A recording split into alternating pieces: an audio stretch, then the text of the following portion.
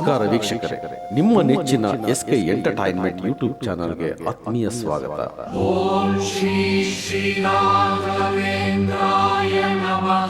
ಬೆಂಗಳೂರಿನ ಸುಪ್ರಸಿದ್ಧ ಗುರುರಾಯರು ನೆಲೆಸಿರುವ ಶ್ರೀ ಕ್ಷೇತ್ರ ಹೊನ್ನಾವ ಮಂತ್ರಾಲಯ ಕ್ಷೇತ್ರದ ಶ್ರೀ ಗುರುರಾಘವೇಂದ್ರ ಸ್ವಾಮಿಗಳ ದರ್ಶನ ಮಾಡೋಣ ಬನ್ನಿ.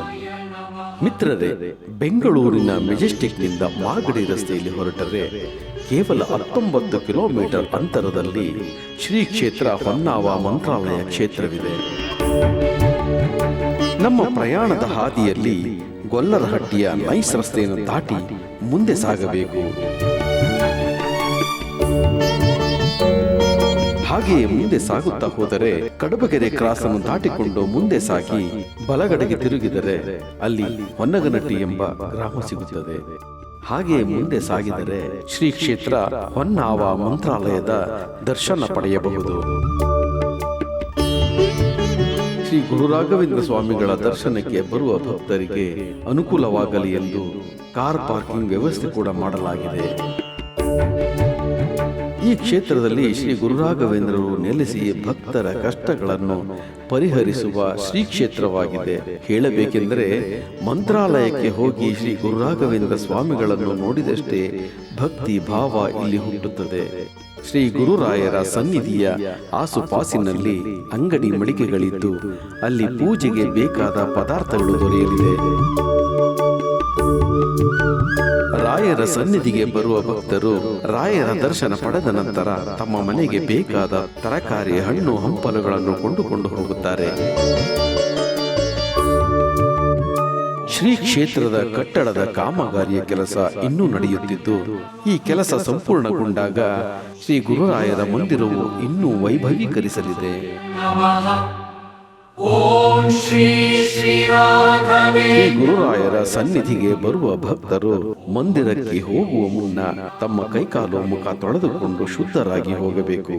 ಅದಕ್ಕಾಗಿ ಇಲ್ಲಿಗೆ ಬರುವ ಭಕ್ತರಿಗಾಗಿ ನೀರಿನ ವ್ಯವಸ್ಥೆ ಕೂಡ ಇರುತ್ತದೆ. ಇಲ್ಲಿಗೆ ನಿತ್ಯವೂ ಸಾವಿರಾರು ಜನ ಭಕ್ತರು ಬಂದು ತಮ್ಮ ಹರಕೆಯನ್ನು ಕಟ್ಟಿಕೊಂಡು ತಮ್ಮ ಕಷ್ಟಗಳನ್ನು ರಾಯರ ಬಳಿಯಲ್ಲಿ ಹೇಳಿಕೊಂಡು ಪರಿಹರಿಸಿಕೊಳ್ಳುತ್ತಲೂ ಇದ್ದಾರೆ.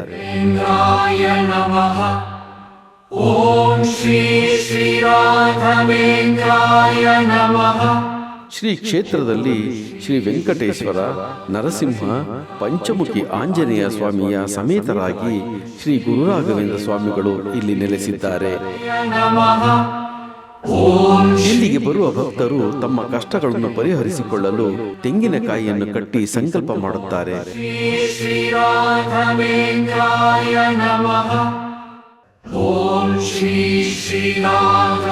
ಆ ಸಂಕಲ್ಪದ ವಿಶೇಷತೆ ಎಂದರೆ ಶ್ರೀ ಕ್ಷೇತ್ರದ ನರಸಿಂಹಾಚಾರ್ಯ ಜೋಶಿಯವರು ರಾಯರು ಅವರಿಗೆ ಅಪ್ಪಣೆ ಕೊಟ್ಟಿರುವಂತೆ ಬಂದ ಭಕ್ತರ ಕಷ್ಟ ಪರಿಹಾರಕ್ಕಾಗಿ ತೆಂಗಿನಕಾಯಿ ಕಟ್ಟಿಸಿ ದೀಪ ಹಚ್ಚಿಸಿ ಸೇವೆ ಮಾಡಲು ಹೇಳುತ್ತಾರೆ.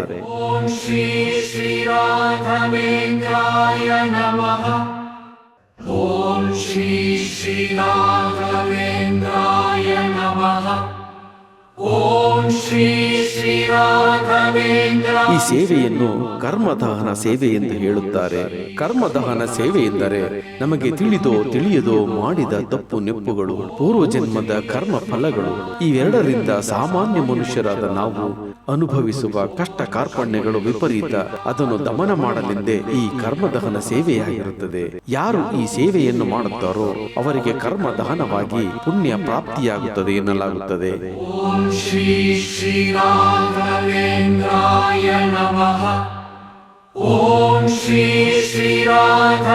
ಯಾರು ತೆಂಗಿನಕಾಯಿ ಕಟ್ಟಿ ನಿಷ್ಠೆಯಿಂದ ಸೇವೆ ಮಾಡುವರೋ ಅಂತಹ ಭಕ್ತರ ಕಷ್ಟ ಪರಿಹಾರ ಮಾಡಿ ಅವರು ಕೇಳಿದ ಇಷ್ಟಾರ್ಥಗಳನ್ನು ಶ್ರೀಹರಿ ವಾಯುಗುರುಗಳ ಅನುಗ್ರಹದಿಂದ ಪರಿಹಾರವಾಗುತ್ತದೆ.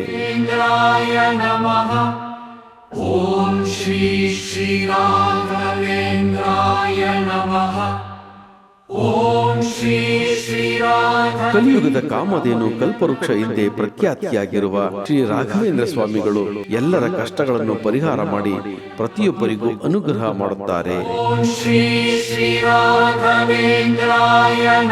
ಇಲ್ಲಿಗೆ ಬರುವ ಪ್ರತಿಯೊಬ್ಬರು ತಮ್ಮ ಕಷ್ಟವನ್ನು ಪರಿಹಾರ ಮಾಡಿಕೊಳ್ಳುವುದಕ್ಕಾಗಿ 9 ತಿಂಗಳು ಎಂದರೆ ಒಂದು ಮಗು ತಾಯಿಯ ಗರ್ಭದಲ್ಲಿ ನವಮಾಸವನ್ನು ಪೂರೈಸಿ ತನ್ನ ಪೂರ್ವ ಜನ್ಮದ ಕರ್ಮಾನುಸಾರ ತನ್ನ ಜೀವನದ ಭವಿಷ್ಯವನ್ನು ಹೊತ್ತು ಭೂಸ್ಪರ್ಶ ಮಾಡುತ್ತದೆಯೋ ಅದೇ ರೀತಿಯಲ್ಲಿ ತಮ್ಮ ಕರ್ಮದ ಗಂಟು ಕೂಡ 16, 18 ಹಾಗೂ 21 ವಾರದ ಮೇಲ್ಪಟ್ಟು ಸೇವೆ ಮಾಡುವುದಾಗಿರುತ್ತದೆ.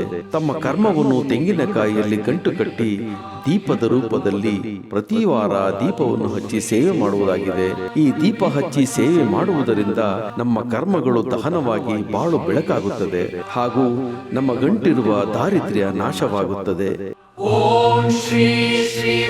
ನಮ್ಮ ಕರ್ಮಗಳನ್ನು ಸುಡಲು 21 ತುಪ್ಪದ ದೀಪವನ್ನು ಹಚ್ಚಿ ದೀಪದ ತಟ್ಟೆಯನ್ನು ಹಿಡಿದುಕೊಂಡು ಶ್ರೀ ಗುರುರಾಯರ ಭಾವಚಿತ್ರದ ಸುತ್ತಲೂ 14 ಪ್ರದಕ್ಷಿಣೆಯನ್ನು ಹಾಕಬೇಕು.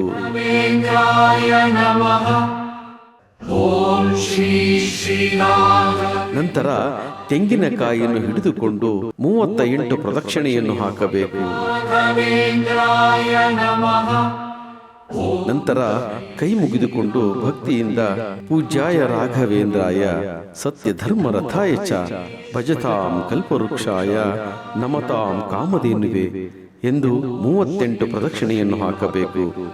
ನಂತರ ತಮ್ಮೆಲ್ಲ ಕಷ್ಟಗಳನ್ನು ದೂರವಾಗಲಿ ಎಂದು ಮನಸ್ಸಿನಲ್ಲಿ ಬೇಡಿಕೊಂಡು ಶ್ರೀ ಗುರುರಾಘವೇಂದ್ರ ಸ್ವಾಮಿಗಳ ನಾಮಸ್ಮರಣೆಯನ್ನು ಮಾಡುತ್ತಾ ಭಕ್ತಿಯಿಂದ ಒಂದೇ ಮನಸ್ಸಿನಿಂದ ತದೇಕ ಚಿತ್ತರಾಗಿ ಗರ್ಭಗುಡಿಯ ಸುತ್ತಲೂ 54 ಪ್ರದಕ್ಷಿಣೆಯನ್ನು ಹಾಕಬೇಕು.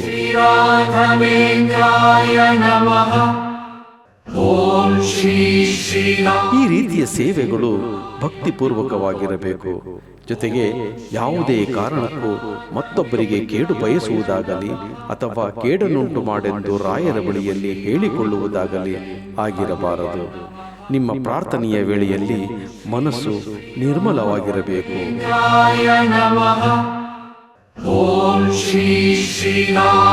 ಈ ರೀತಿಯಾಗಿ ಪ್ರದಕ್ಷಿಣೆ ಹಾಕುವುದರಿಂದ ನಮ್ಮ ಸಮಸ್ತ ದೋಷಗಳನ್ನು ಒಳಗೊಂಡ ಕರ್ಮದ ಗಂಟು, ಇದರಲ್ಲಿ ಪಿತೃದೋಷ, ಸರ್ಪದೋಷ, ಭೂದೋಷ, ಸ್ತ್ರೀದೋಷ, ದುಷ್ಟಿದೋಷ, ವಾಮಾಚಾರಗಳು ಸೇರಿದಂತೆ ಕರ್ಮದ ಗಂಟು ನಿವಾರಣೆಯಾಗಿ ದೀಪ ಹಚ್ಚಿ ಸೇವೆ ಮಾಡುವುದರಿಂದ ಕರ್ಮ ದಹನವಾಗಿ ರಾಯರ ಅನುಗ್ರಹ ಸಿಗುತ್ತದೆ. ಜೊತೆಗೆ ಸಕಲ ದೇವತೆಗಳ ಆಶೀರ್ವಾದವೂ ಸಿಗುತ್ತದೆ.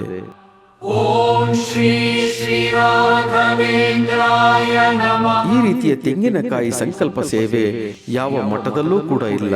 ಗುರು ರಾಯರ ಸಮಕ್ತ ಭಕ್ತರಿಗಾಗಿ ಜಾತಿ ಮತ ಭೇದವಿಲ್ಲದೆ ಎಲ್ಲರೂ ಬಂದು ತಮ್ಮ ಕಾರ್ಯದ ಕಾಯನ್ನು ಕಟ್ಟಿ ಪೂಜೆ ಸಲ್ಲಿಸುತ್ತಾರೆ. ಇಲ್ಲಿಗೆ ಬರುವ ಭಕ್ತರಿಗೆ ಶ್ರೀ ಗುರುರಾಯರ ಪ್ರಸಾದದ ವ್ಯವಸ್ಥೆ ಇದ್ದು ಪ್ರತಿಯೊಬ್ಬ ಭಕ್ತರು ತಮಗೆ ಬೇಕೆನಿಸಿದಷ್ಟು ಪ್ರಸಾದವನ್ನು ಸೇವಿಸಬಹುದು. ಕೇಳಿದ್ರಲ್ಲ, ನೋಡಿದ್ರಲ್ಲ ಕಾಯಿಯ ಸಂಕಲ್ಪ ಸೇವೆಯನ್ನ. ಶ್ರೀ ಗುರುರಾಯರನ್ನು ಎಂದು ನಾವು ಭಕ್ತಿಯಿಂದ ಪೂಜಿಸಿ ಧ್ಯಾನಿಸುತ್ತೇವೆಯೋ ಆಗ ನಮ್ಮೆಲ್ಲ ಕಷ್ಟ ಕಾರ್ಪಣ್ಯಗಳು ಮಾಯವಾಗಿ ನೆಮ್ಮದಿಯ ಜೀವನವನ್ನು ನಡೆಸಬಹುದು. ಓಂ ಶ್ರೀ ಗುರುರಾಘವೇಂದ್ರಾಯ ನಮಃ. ಓಂ ಶ್ರೀ ಶ್ರೀರಾಮ